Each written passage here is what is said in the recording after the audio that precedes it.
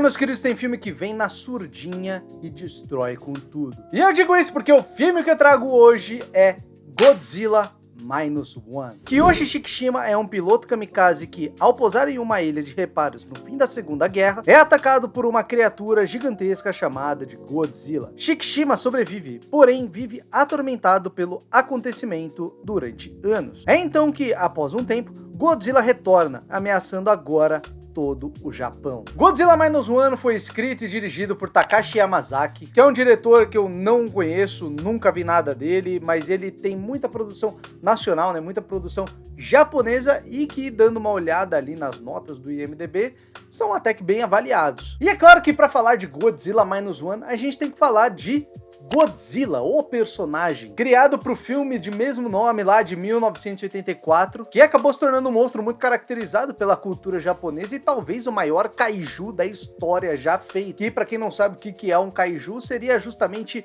esses monstros gigantescos aí que você tem em filmes, séries, sabe? Os vilões sempre no final lá do Power Rangers viram kaijus. E desde lá, o Godzilla já teve 1 milhão de produção. A grande maioria delas acabaram sendo produções nacionais, ou seja, japonesas, né? Mas a gente teve bastante adaptação americana do personagem do Godzilla, tendo ali em 1998 com o filme Godzilla. Teve o Godzilla lá de 2014, Godzilla, o Rei dos Monstros, Godzilla vs Kong e o já anunciado Godzilla vs Kong The New Empire. Ou seja, nome Godzilla é grana. E a questão é que, ao mesmo tempo que pros americanos o Godzilla é dinheiro, e quando eu digo isso eu quero dizer que para eles aquilo ali é a personificação de um filme de destruição e muita grana no bolso, para os japoneses ele é um personagem que ele tem uma outra pegada. É óbvio que pela quantidade de produções japonesas com o nome Godzilla, é claro que isso dá dinheiro para os caras também, mas esse personagem sempre foi algo mais para eles. Sempre foi uma figura de crítica, um trauma, um fantasma adormecido para o país. E mesmo que isso tenha se perdido durante os anos, Godzilla Minus One ele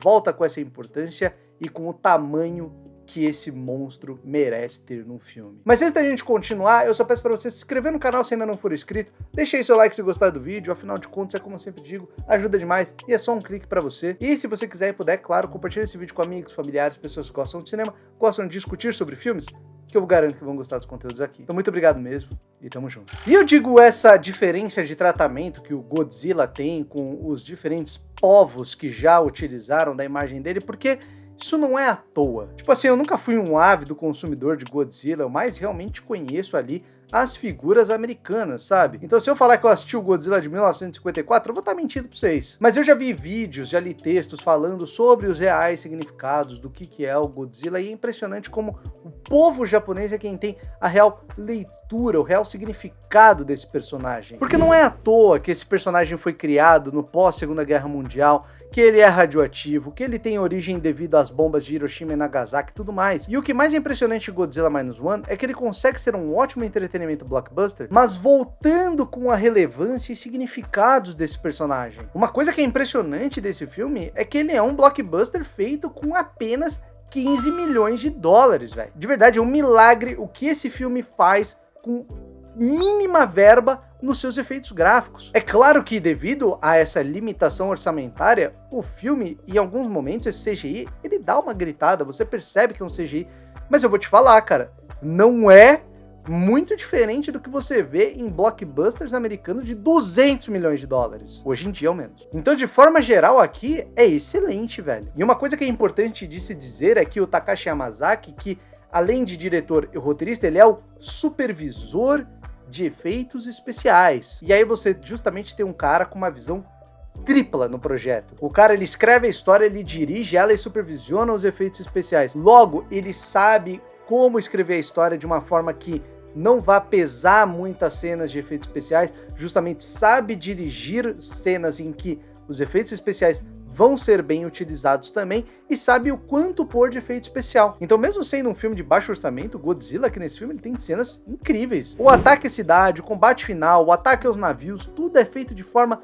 muito bem feita e bem dirigida, e que justamente você faz com que esse filme atinja níveis de blockbusters que são quase impensáveis para um filme de 15 milhões de dólares. De verdade, esse filme não deixa em nada a desejar ao Godzilla americano lá de 2014. Mas uma coisa que faz esse filme se destacar e que eu gostei demais, ao menos, é fazer no seu contexto do pós-Segunda Guerra Mundial. Porque pra mim foi muito impressionante ver como o filme tratou o Godzilla aqui. É aquilo que eu falei, eu não sou um grande consumidor do personagem, muito menos dele em filmes japoneses. Então talvez eu tenha me impressionado com algumas coisas aqui que simplesmente já foram retratadas 400 milhões de vezes, sabe? Mas eu gostei muito dessa analogia do Godzilla ser a guerra, de ser um trauma que persegue o povo japonês e que eles precisam superar. E ao mesmo tempo, o filme ele aborda algumas críticas que são bem direcionadas ao próprio governo japonês. Fatos como ocultação de informações da sua própria população, o fato de você impor a jovens soldados de eles serem kamikazes e precisarem fazer seus sacrifícios durante a guerra, sendo que o governo japonês mesmo não prestigiava essas ações. E isso se alinha muito bem no roteiro, em que sabe trabalhar o real com o fantástico. Todo o arco do personagem principal, o Shikishima, ele se deve muito a isso. Por ser um soldado que fugiu do seu dever e acabou sendo atacado por Godzilla, sofre até hoje com esse trauma,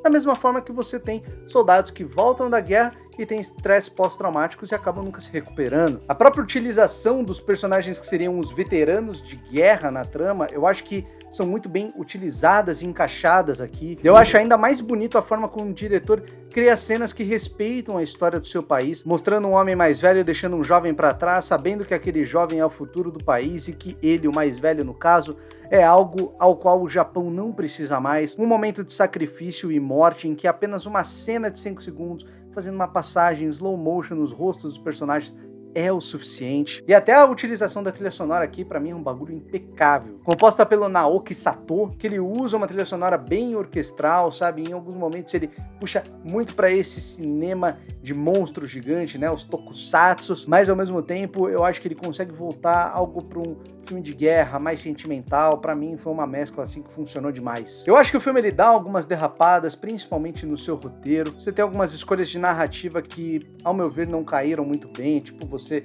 ressuscitar uma personagem ali do nada, sendo que ela morrer era de extrema importância ali para você desenvolver outros personagens. Eu acho que em alguns momentos o filme ele se perde um pouco no overacting, né? Tipo, você meter um personagem ali pedindo algo tão avidamente, sabe, que ele chega a bater a cabeça na mesa 4 vezes. Eu acho que aqui pode ser um pouco de reclamação no sentido cultural, porque eu acho que isso se encaixa muito pra eles. Isso daqui deve ser completamente normal, essa cena, mas pra gente aqui do ocidente acaba gritando um pouco esse overacting. E uma coisa que me surpreendeu de ter me tirado em alguns momentos do filme foi a edição. Não dizendo que ela é ruim, porque ela realmente é muito boa, mas tem alguns momentos que pra mim ela é bem ruim. Eu acho que o filme não sabe fazer muito transição de momentos, sabe? Termina uma cena, ele já meio que às vezes faz um corte seco pra uma outra, que tinha o mesmo personagem em cena, então é uma coisa que causa uma confusão visual, sabe? Então eu achei que foi uma coisa que em alguns momentos causou muita estranheza. Mas, assim,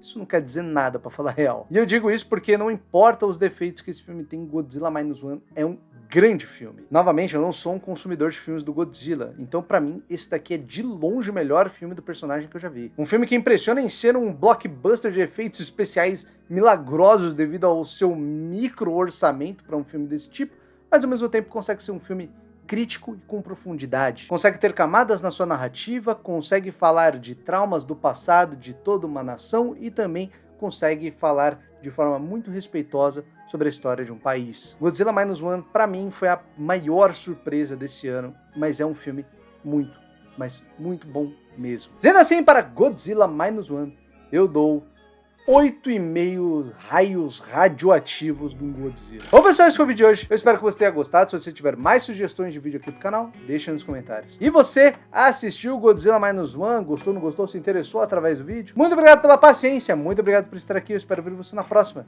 E até o próximo vídeo.